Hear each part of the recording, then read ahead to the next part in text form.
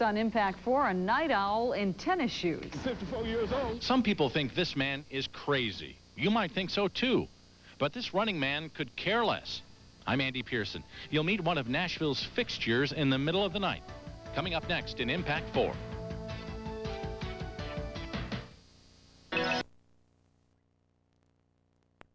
What is your favorite time of day for exercising? For some of you, it's probably the morning. For others, it's right after work. And for others, the best time is in the evening. But one Nashville man says the best time for him to exercise is in the middle of the night, after he's been asleep for a couple of hours.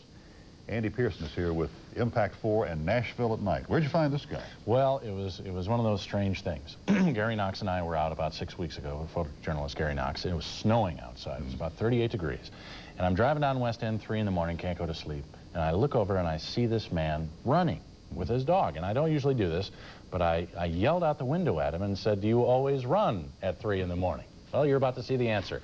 I found this 54-year-old man who's been a fixture of the night in Nashville since the 1970s.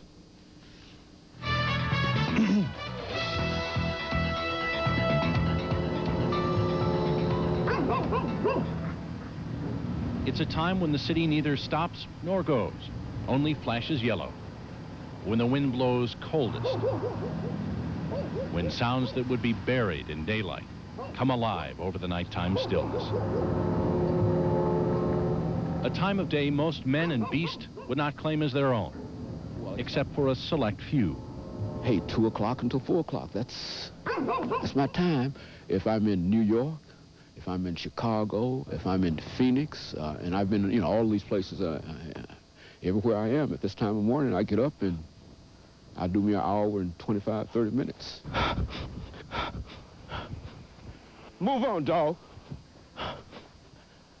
I've been running since about 1976. And I love to run at night because I'm the only one out here. I know nobody by name, but I know every truck and all the homeless folks and folks I yell at and wave at, and folks who are watching out for me, police, the garbage folks, the news people, everybody. He's a fixture to people who work the night shift, as reliable as time itself. No, they see me, but they really don't know who I am. Every now and then, I'll talk to one person or something, but 90% of them don't know who I am, have no idea.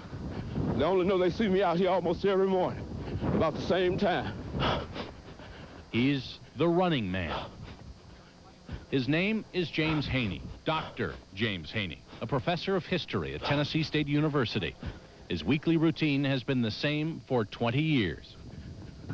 Move on, dog. I'm 54 years old. Feel like I'm 19. That's enough for me. I go to bed at 10, get up at 2, go back at 4, 15, and back up at 6. You heard right. At about 2 in the morning, when most of us are snuggled up tight, James Haney and his dog Sandy get up from a sound sleep and run their route of 9.78 miles. He does it because he was once told this would be impossible.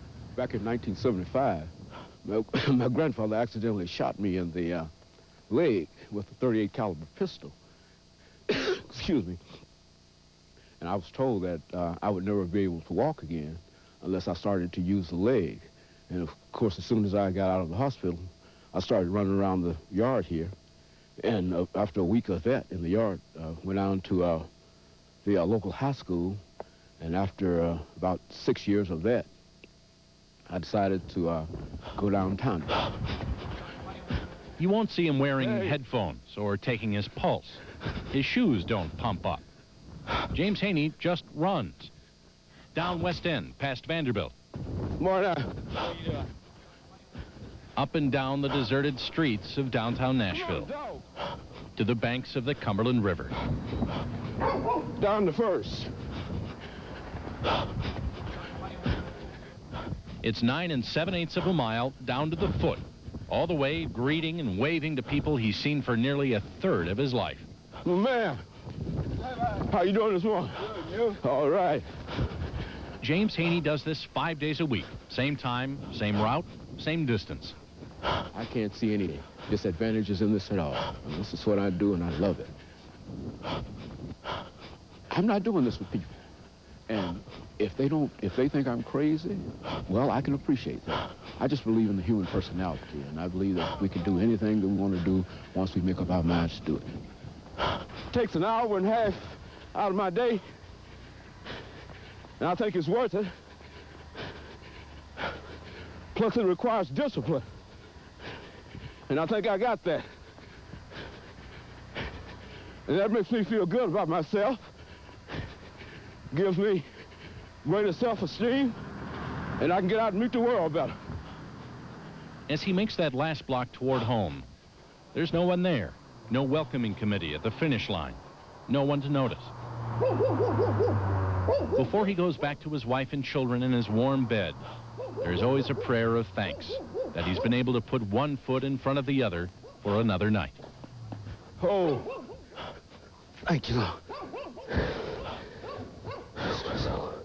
Okay. Thanks that he can still devote 2 hours out of each 24, even though it is in the middle of the night, to his body and his well-being. Thanks that there is life, and that life is good. Very few people that I grew up with are alive today, you see, and many of them have died of heart attacks and strokes and violence and whatnot, but Dr. Haney keeps pushing on.